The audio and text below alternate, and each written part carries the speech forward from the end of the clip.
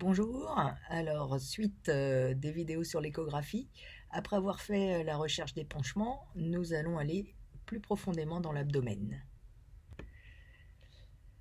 Alors on commence par une coupe longitudinale, donc repère vers le haut, et on se met sur le creux épigastrique, on cherche l'aorte.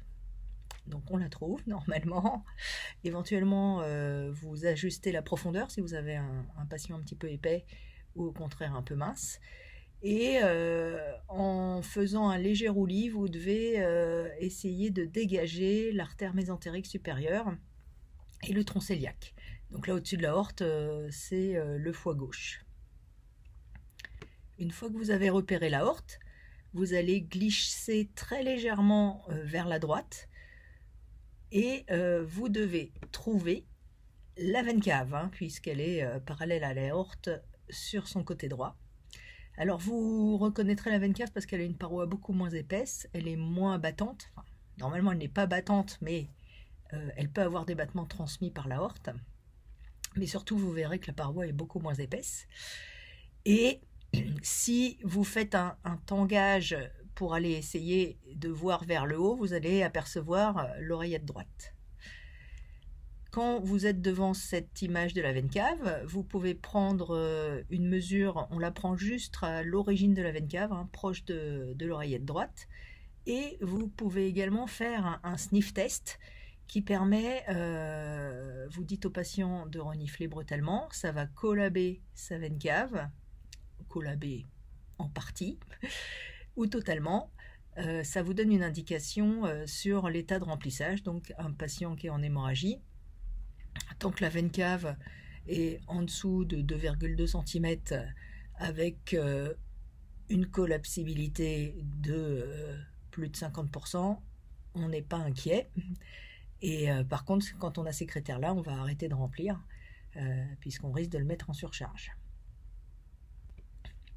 Donc après avoir vu, là on est toujours sur des coupes longitudinales, une fois que vous avez vu l'aorte, la veine cave, vous continuez vers la droite et vous allez tomber sur la vésicule. Alors c'est plus facile si le patient est à jeun, mais même quand il n'est pas à jeun, vous devriez la trouver. Quelquefois on est obligé de monter carrément sur les côtes, parce qu'il y a des gens qui ont le foie vraiment sous le gril costal.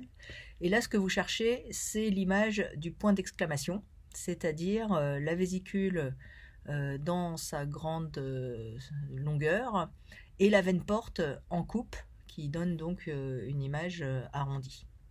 Bon, le point d'exclamation peut être plus ou moins d'angle variable. Alors c'est pas toujours facile de la trouver, je vous disais, surtout quand le patient est à jeun.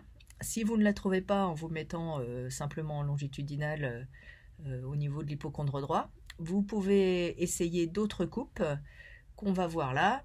La coupe oblique récurrente, c'est-à-dire vous mettez parallèle au gril costal, et récurrent, ça veut dire que vous abaissez la base de la sonde, là, le côté où il y a le tuyau, et vous appuyez un peu fortement pour essayer d'avoir une image sous le gril costal. À ce moment-là, vous pouvez trouver l'image de la vésicule. Une autre technique qui, elle, est presque sans échec, c'est la technique intercostale, parce que quand vous êtes sous les côtes, il peut y avoir des gaz, surtout sur un malade non à jeun, et ça peut être un petit peu difficile de la retrouver. Par contre, quand on passe entre les côtes à droite, là, on tombe forcément sur le foie, et c'est donc une coupe intercostale. Vous mettez un petit peu comme pour la fastéco quand vous cherchez l'espace inter-hépatorénal, mais vous allez être obligé de monter un petit peu plus. Vous êtes parallèle à peu près au plan de la table, mais vous allez remonter un peu plus vers le plafond et vous allez tomber sur la veine porte. Bon, là on a mis un coup de Doppler pour qu'elle soit reconnue, et la vésicule. Et dernière possibilité, si vraiment vous n'arrivez à rien, vous faites tourner le patient en décubitus latéral gauche et vous allez vous mettre sous le robert costal, en général une coupe relativement longitudinale en visant l'épaule droite. Alors là, sur la photo, le malade n'a pas levé le bras, c'est mieux de le lever parce que ça dégage mieux le thorax et ça espace un petit peu les côtes. Et normalement, vous devriez la trouver. C'est important de toute façon de chercher par plusieurs incidences pour bien dégager l'ensemble de la vésicule, hein, parce que le calcul peut être caché dans un petit coin. Et d'autre part, de faire bouger le patient parce que ça vous permet de vous assurer que ce sont des lithiases vésiculaires mobiles et pas un polype de la paroi vésiculaire par exemple. Une fois que vous avez trouvé la vésicule, que vous l'avez visualisée dans son grand axe, hein, qui est l'image du point d'exclamation, vous allez pivoter, alors vous essayez de garder la vésicule au milieu de votre écran, et vous pivotez de 90 degrés, ce qui en général vous replace le repère vers la droite du patient. Et là, vous allez après faire du roulis pour faire une espèce de petit scanner de la vésicule. C'est vraiment important de voir l'ensemble de la vésicule dans son grand axe et dans son petit axe. Quand vous êtes dans cette position-là sur le petit axe, c'est la meilleure façon de mesurer la paroi. Vous mesurez la paroi entre le foie et la vésicule, enfin la paroi vésiculaire qui est au contact du foie, c'est celle qui est le plus facile à mesurer, hein, parce que celle qui est au contact du tube digestif, vous risquez d'avoir du mal à bien identifier la paroi. Vous mesurez votre paroi pour évaluer s'il y a une cholécystite. Donc on définit qu'une paroi normale, elle doit faire moins de 3 mm. Et dans la cholécystite, on voit une paroi épaissie et un aspect feuilleté. Vous voyez, on a l'impression qu'il y a plusieurs couches. Donc vous voyez qu'on le voit d'autant plus dans la zone entre le foie et la vésicule. On peut rechercher un Murphy échographique, c'est-à-dire une douleur au passage des ultrasons sur la vésicule. Et enfin, on peut éventuellement mesurer la vésicule et constater qu'elle a augmenté de taille. Au passage, vous recherchez s'il y a des calculs avec un code d'ombre postérieur. Alors attention, tout épaississement de la paroi vésiculaire n'est pas une cholécystite. Chez un patient qui a de l'ascite, on va observer un épaississement de la paroi. De même, dès que vous avez une maladie hépatique aiguë, il y a des épaississements de la paroi non spécifiques.